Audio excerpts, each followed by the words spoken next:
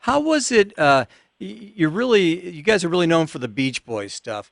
How was it collaborating with the Smile album and then on to Pet Sounds, which I mean was a great album, Good Vibrations in particular. I've got it. Took some nice pictures with Brian not long ago.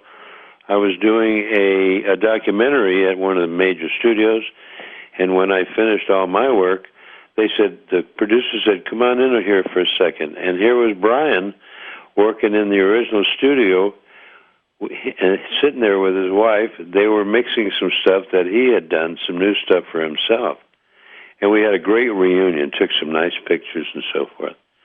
And I used to contract for Brian. Brian used to come in and see us with Phil Spector.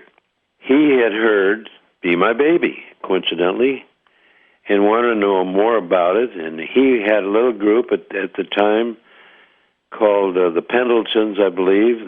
That was us with the shirts they wore. So all of a sudden, Brian was coming to the dates. Phil would invite him in, let him watch and so forth, and that's the way Phil worked. Because there was a big sign on the door at Gold Star. Closed session, do not enter, no admittance, that type of thing. And if anyone stuck their head in, including Sonny Bono or David Geffen or any of these people who were wanting to see what this magic fairy dust this guy is putting on records, because they were all hits. Everything we did at Gold Star with Dave Gold and Larry Levine, the great engineers, and Bob Ross, one of the owners. I mean, they were all making major names for themselves because they were doing nothing but hit records out of the Gold Star.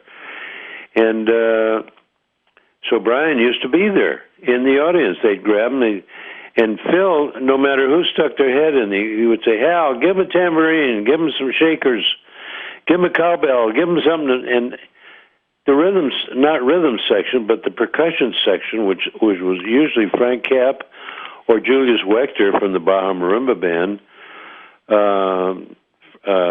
Phil would say, "Give him something to play," and we'd give him castanets or jingle bells, anything.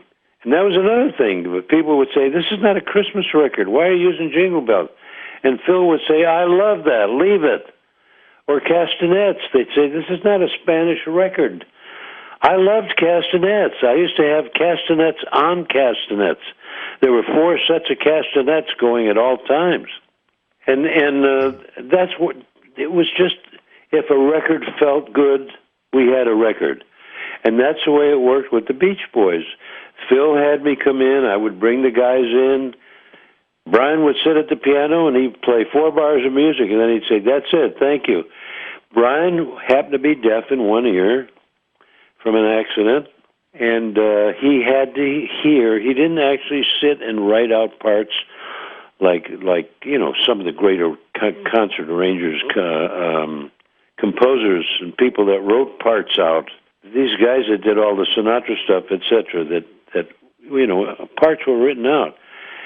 With the Beach Boys, Brian would come in early, see the secretary in the office, have her print out, through the copy machine, 6, 7, 8, 9 parts, just to show us.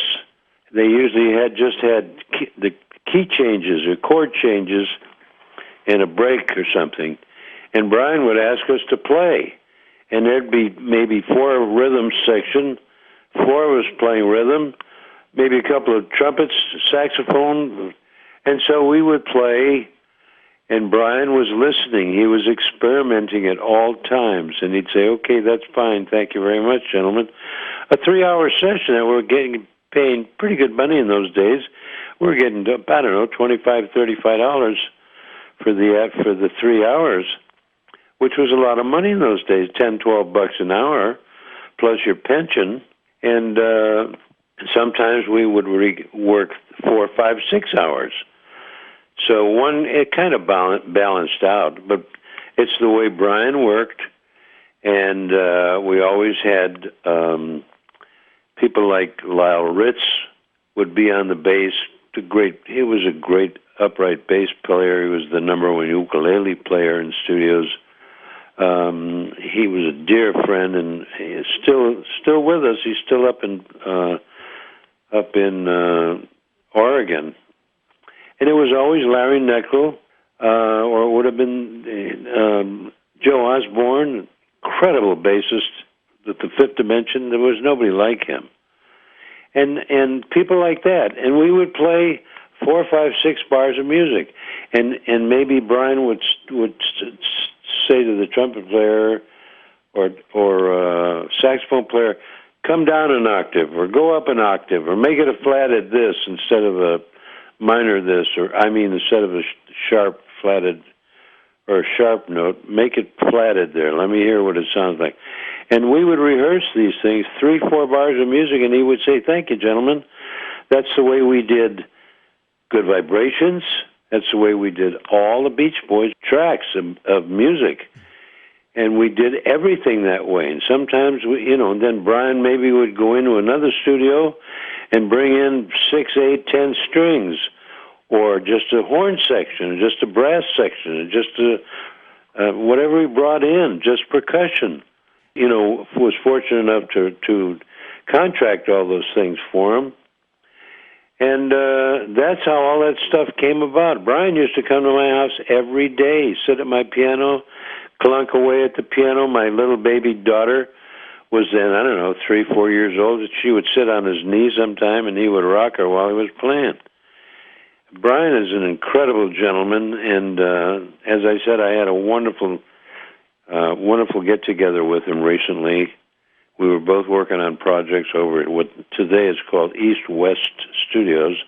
In those days, it was called United Western, and Brian did all his work at Western Studio 3. That's where we played. We did just about every basic track out of Western 3. Now, do you know that God Only Knows that was a great song? That's actually Paul McCartney's favorite Beach Boys song,